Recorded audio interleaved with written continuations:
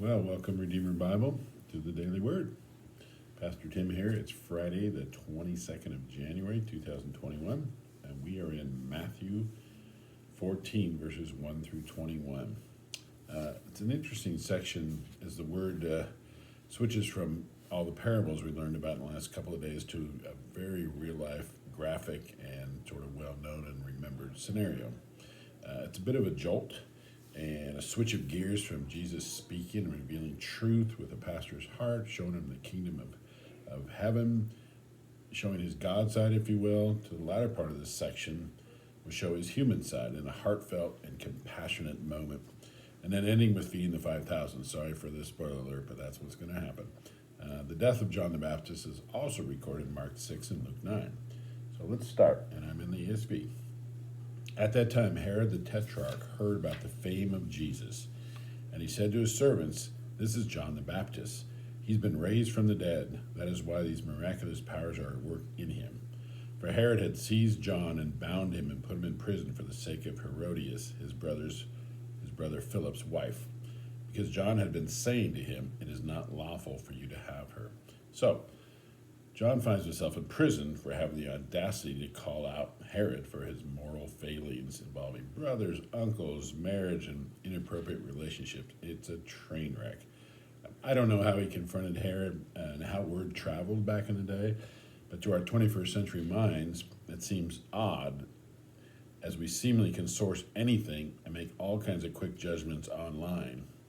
John was a courageous man and stood by what he knew to be clearly in conflict with the God he was serving, and he acted and paid a price. In our day, we can say all kinds of things that we want to say. We have that access with very little consequence. God knows. God, every word we utter, he knows, but the world will just let it go. Well, this, as we'll hear in the story, he paid a huge price for being brave and being courageous. So verse 5, it says, and though he wanted to put him to death, he feared the people because they held him to be a prophet.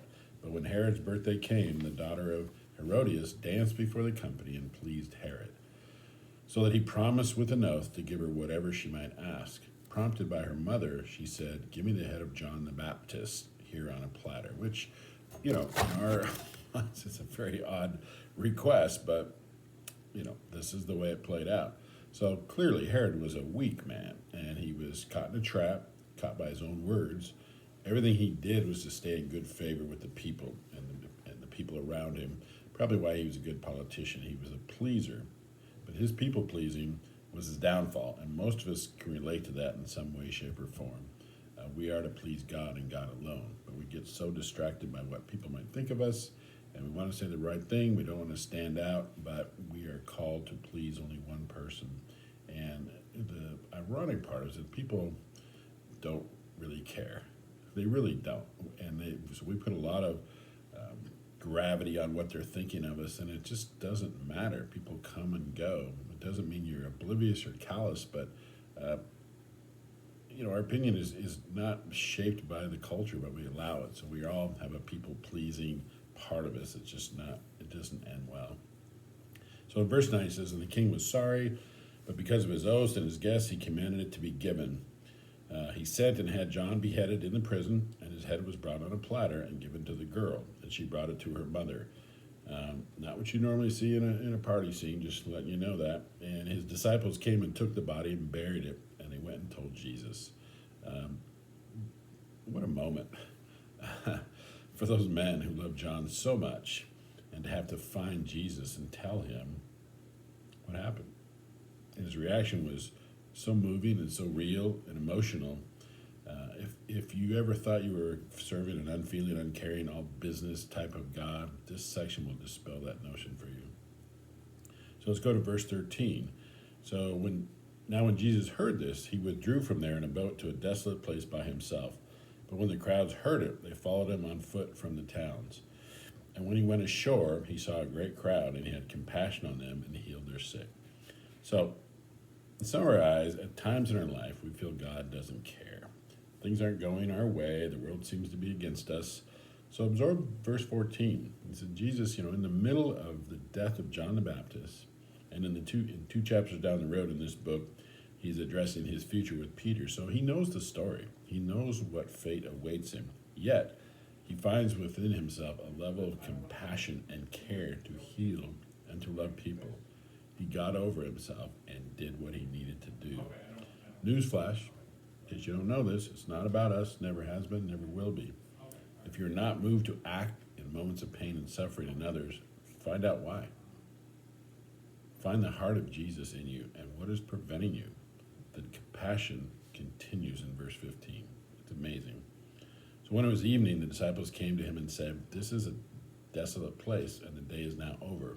Send the crowds away to go into the villages and buy food for themselves." But Jesus said, "They need not go away. You give them something to eat." They said to him, "We have only 5 loaves here and 2 fish." So the disciples were ready to check out. They're ready to find some fast food and call it a day. Jesus says, "No, these are my people. I will care for them." So in verse 18 he says, "Bring them here to me." Then he ordered the crowds to sit down on the grass. Taking the 5 loaves and the 2 fish, he looked up to heaven and said a blessing. Then he broke the loaves and gave them to his disciples, and the disciples gave them to the crowds. And they all ate and were satisfied. And they took up 12 baskets full of the broken pieces left over, and those who ate were about 5,000 men, besides women and children. Well, obviously we know the feeding of the 5,000 is certainly one of the most important miracles of Jesus, if we were to judge by the attention given it to by the gospel writers. It's the only miracle recorded in all 4 gospel writers. So as a little add-on after this, read the other accounts. You get a little bit of a different flavor, but it's really important. And in reality, it was about 15,000 people, because back in the day, culturally, customarily, you count only the men. 15,000 people in a moment. So, we, in our humanity, we would love to know how that all played out. Of course, it's an astonishing thing to do, but God doesn't expect us to be miraculous in that manner. But in our day-to-day walking around world, we will have moments presented to us that we can enter in and provide small moments of help. Find your heart. Find what you can see in people that moves you.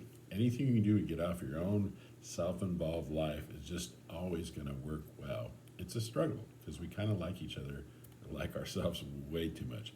But Jesus, in the midst of all this past grief, the grief to come, the pressure, he found his way to care.